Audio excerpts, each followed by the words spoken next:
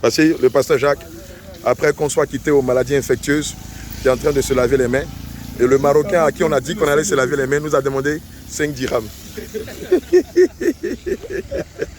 Voilà, c'est ça aussi le Maroc. C'est ça Jésus. Vous n'imaginez pas ce que le Seigneur a fait dans les salles aux maladies infectieuses. Amen. Les soldats du Seigneur Jésus sont rentrés dans le service des maladies infectieuses.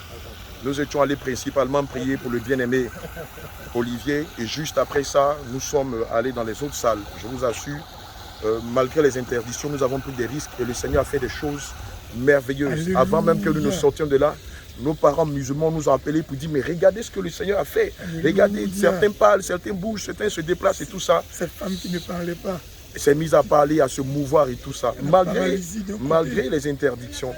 Et j'étais en train de dire, si on nous donnait officiellement une demi-journée, je vous assure, on passait dans les différents services et le Seigneur Jésus-Christ allait faire des choses extraordinaires.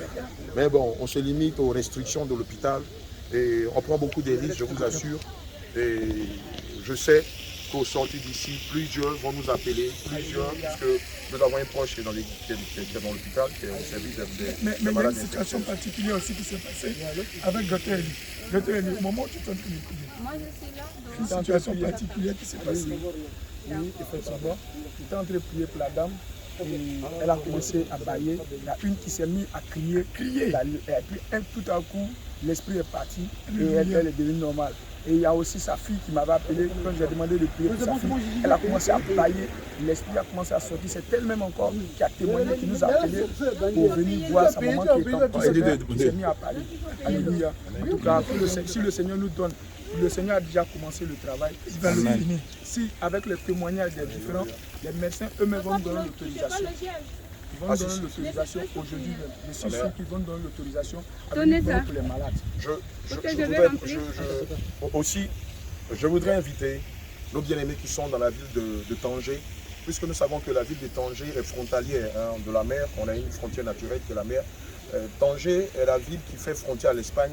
Et malheureusement, c'est par cette ville-là que un bon nombre de la diaspora traverse Lampedusa et se retrouve sur les berges de l'Europe.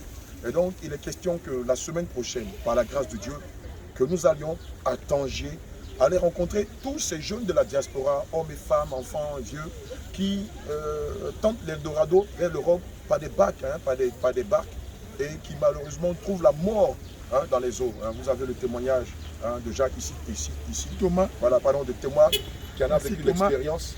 Voilà, je pense qu'au moment opportun, on vous donnera son témoignage. Pour qu'aussi, ceux-là qui veulent tenter l'Eldorado par cette voie-là, ne s'y adonnent pas parce que malheureusement, beaucoup de nos compatriotes meurent dans ces eaux-là. Et vous imaginez déjà qu'ils viennent par fraude, ils viennent en faisant de faux papiers. Et quelqu'un qui fait des faux papiers qui meurt, nous savons tous que sa demeure, ce n'est pas au ciel, mais c'est l'enfer. Allez, donc, le Seigneur nous a mis à cœur d'aller à Tanger et d'aller évangéliser cette ville qui est remplie de subsahariens, d'Africains, de nos parents qui sont de l'Afrique centrale et de l'Afrique australe, qui tous les jours meurent dans les eaux.